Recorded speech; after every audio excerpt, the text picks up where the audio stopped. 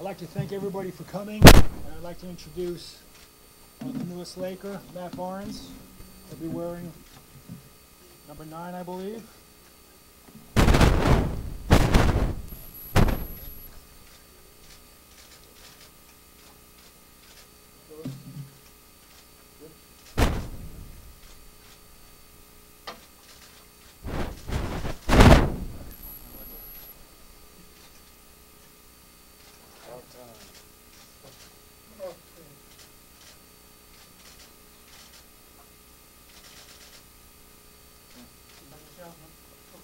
One more? Yeah. All by himself, go ahead. Now, come over to the side. Over here, Matt.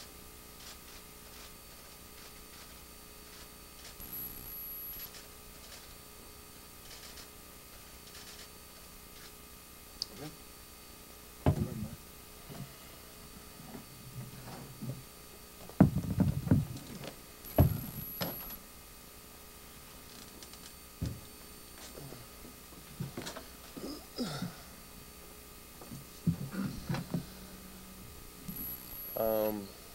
It's a lifelong dream to be a Laker.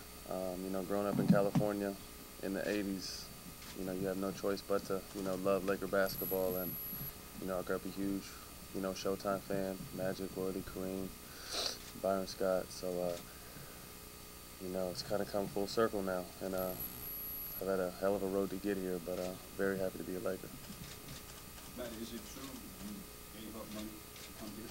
Yeah, I just felt this is the best situation for myself and my family to succeed. Historic franchise, coming off 2 championships, looking for the 3rd. And, I just felt that this was a good fit. Speaking of fit, man, how do you see yourself fitting in as far as bench, what kind of role? It doesn't really matter to me. I just want to be able to contribute any way I can. I'm coming to a team that's won 2 straight titles. And, I hope just to be a small piece to help them win number 3.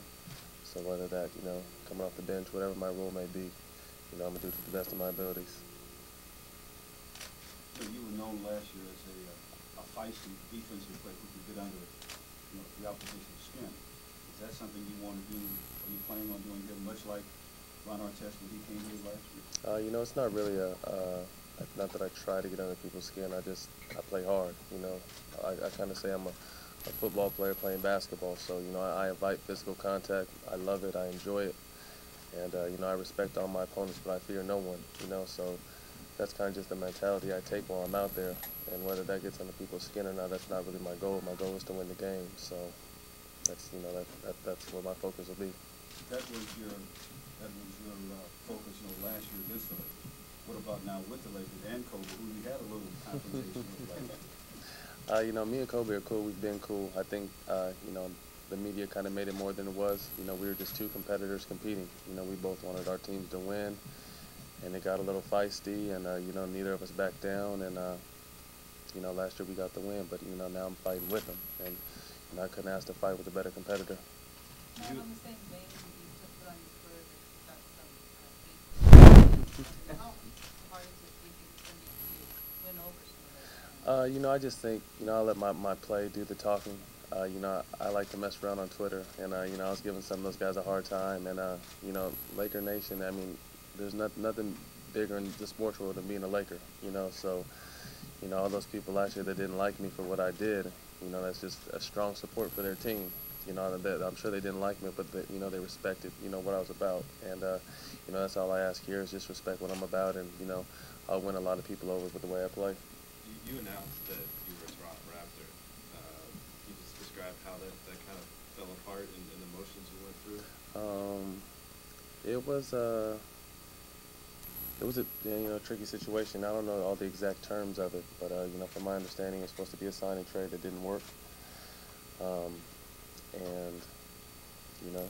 it came and went. With losing the Toronto opportunity, this opportunity reopened up, and as soon as that happened, Kobe and I started talking again, and I just told him, hey, I really want to be a Laker, and he said, hey, I really want you, so kind of went from there. Through the text messages you're exchanging, what kind of feedback did he give, or what kind of selling points? Just he told me one thing. This kind of has already spread like wildfire, but he told me one day that anyone crazy enough to explicit word mess with me is crazy enough to play with me.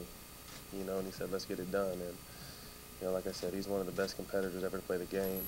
And, you know, and I play with a lot of the same fire he does. And it's finally, you know, after 8 years of my career, finally done guarding him. You know, except in practice. You know, I love that, you know, he's going to be on my side hitting those game winners instead of hitting them on me or hitting them on, you know, seeing him hit them on my team. So, you know, along with just this is amazing, you know, a team. Like I said, they won 2 straight championships from top to bottom. That, you know, everyone on the roster contributes and does a great job. And, you know, I'm just excited to be a part of it. Now, when you were at UCLA, you and Kobe crossed paths. Yeah, he used to come up to UCLA and work out. So, you know, I got a chance to meet him back then. I remember he had a broken right hand, and I just was amazed that he did his whole workout left-handed. It was kind of crazy. You know, it's just something that, you know, I learned about him early. You know, that he's just, you know, he's one of those chosen ones, but he works very hard. And, you know, like I said, I'm looking forward to being, you know, his teammate and, you know, a teammate of the rest of the guys on the team. You mentioned, you know, just the matchup with him was something more than just competition, but can you describe what the transformation's just been like from being one of his opponents to now? It's been great. You know, like I said, I can't complain. This is a dream of mine since I was a young kid watching basketball. And, you know, now I'm playing with, you know, one of the arguably the best players to ever play the game. You know, so, you know, it's a tremendous honor, and I'm excited. Now, you've obviously played for quite a few coaches now over the years. What are your thoughts on playing for Phil Jackson? You know, he's the best. So I'm very excited to, you know, just learn from him. You know, the success he's had in the league is, you know, second to none. And, you know, I'm just looking forward to being a part of history. You've played for a lot of teams over the course of your career. Has that been difficult? It's frustrating. You know, obviously you want that long-term security for you and your family. But, you know, I kind of try to make it a positive situation where it's, I play with some of the best players to ever play the game. You know, I play with Allen Iverson, I play with Shaq, I play with Grant Hill, I play with Steve Nash, I play with Dwight Howard, I play with Vince Carter. You know, I play with some of the best players to ever put on a uniform. So I kind of look at it that way. But at the same time, yeah, you know, I would like, you know, financial stability and, you know, to call a place a home. But, you know, I feel God has a plan, and, you know, hopefully that plan's got me here, and, you know, we can make that happen. Were there ever opportunities to play here? We've kind of always been on each other's radar, you know, hit or miss for whatever reason. But, you know, we finally hit, and that's all that matters now is, you know, it's never too late, and, you know, I'm glad to be here. Who did you text? I actually got his number and initially texted him, but he texted right back, and I was pretty surprised. You know, I said, hey, what's up? You know, I let him know who it was, and he hit me back pretty quickly. And we kind of just started talking back and forth. I kind of asked him where their team was this summer and, you know, if they were going after anybody else. And he asked me what was going on with my situation, and I kind of let him know. And, you know, I just said, you know, I said it'd be crazy to be able to play with you. He's like, he told me he'd love that. So we kind of went from there. Is there any apprehension on your part with texting one of the greatest ever? No, not really. I mean, I'm a man, you know. If he wasn't feeling it, he would have told me no, and I would have been cool with that. You know, we would have just been back at war against each other next year. You know, so now we're back at war with each other, and you know, it's to find 3 perimeter defenders like myself, Ron, and Kobe in the league on the same team. You know, I say that Miami's got a lot of firepower offensively, but you know, we got this, you know, same offensively, but you know, we're tough on D as well. So I can't wait. You mentioned Miami. Obviously, they loaded up this summer. You joining a team that's won back-to-back championships along with guys like Theo Radcliffe and Steve Blake, do you feel like the Lakers have now become a better team since last season? You got to always look at the team that won the championship as a favorite. You know, the Lakers have won it 2 years in a row, so in my eyes, no one else can be the favorite. You know, Miami loaded up and did what they did to make their team better. But, you know, the Lakers didn't need to do much. You know, they put a few pieces here that I feel that they felt that they were going to help their team and, you know, help establish a 3rd championship. And, like I said, I hope to be one of those small pieces that, you know, helps get that 3rd straight title. Is there any significance to number 9? Not really.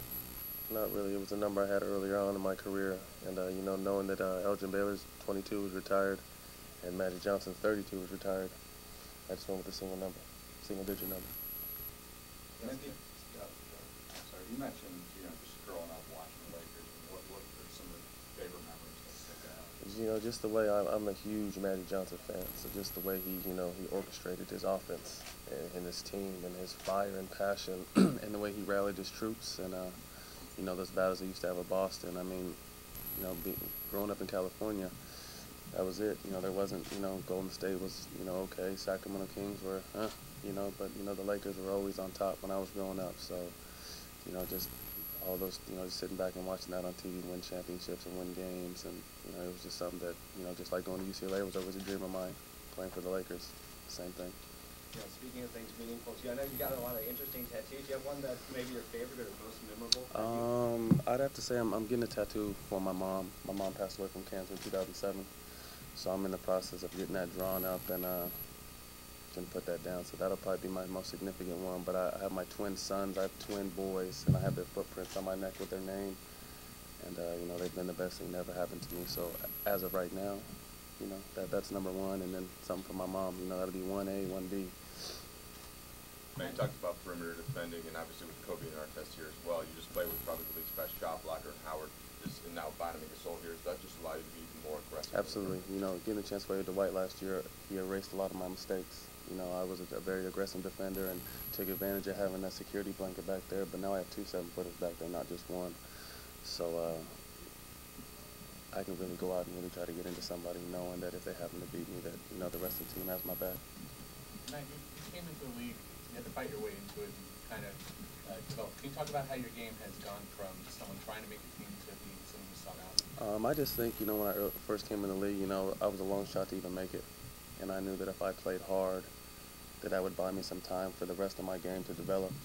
And, I worked very hard in the summer to develop my game. And, over time, I've developed a, consistent jump shot. And being able to be versatile on the court never hurts either. So me being able to play, 2, 3, I've even played 4 positions at some time, for some teams. So just, always coming with that, I'm going to give you 110% when I'm on the court, never die, never quit kind of mentality. Bought me some time to develop my skill, and, I am where I am now. That mentality hasn't No, regardless, I'll always play, I always play like it's my last game.